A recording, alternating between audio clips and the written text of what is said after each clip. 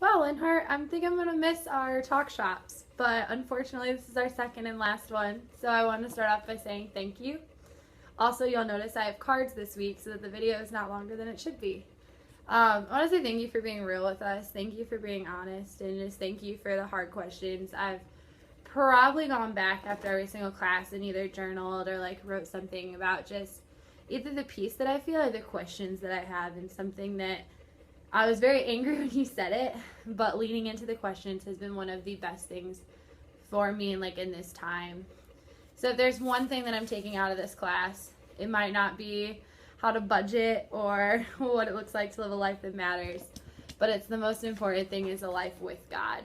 And my whole life I've pursued a life for God, and I thought that was what ministry was about, is living a life for God and pleasing God, but instead it's a life with God, and it's in community where I think something else that I've been learning is that I want to count everything as rubbish to knowing Christ, and that this calling is a strange thing, but I want to know Christ, and if there's anything else that I want to do, I want to live a life that matters, and that doesn't look like a worldly matters, but that looks like communion with God and what He's called us to do.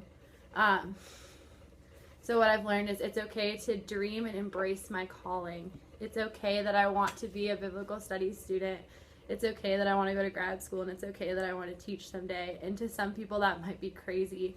And I found so much comfort in our book. On page 400 it says, "A call far different that I had known, a call I was in too many ways unprepared to understand, and all the richness of its meetings and its summon.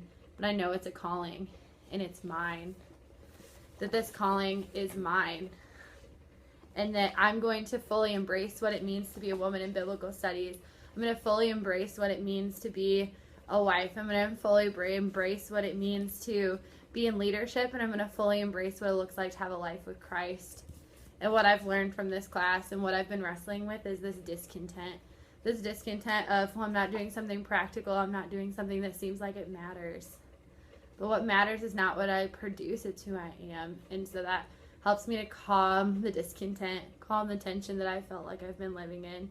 That it's okay to embrace my dream and my calling, but it also is okay that there's tension, and that tension is something beautiful. So that leads me to my question that I've been wrestling with, and that's, what is my strange calling? My strange calling is to work with college students. Today when you asked us the question on what is the one thing that we would give our life up for, the first one was to be a mom, but the second one was to walk with college students through this really hard time where I've had struggles in middle school and high school, but where God became real, where doubts became crippling, and where fear became real and anxiety swelled was in college. And I want to work with people to fully understand who God is as I'm walking alongside of Him and as they're walking alongside of Him. And maybe that's what ministry looks like for me. And it's not being a pastor like I thought it was, but instead it's teaching.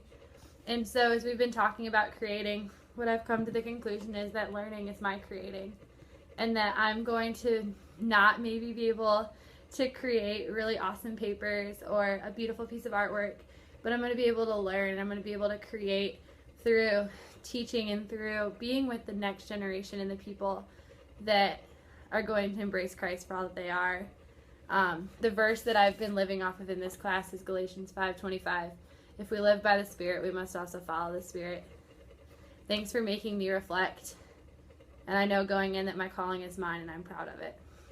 Thanks, Linhart. Have a great night.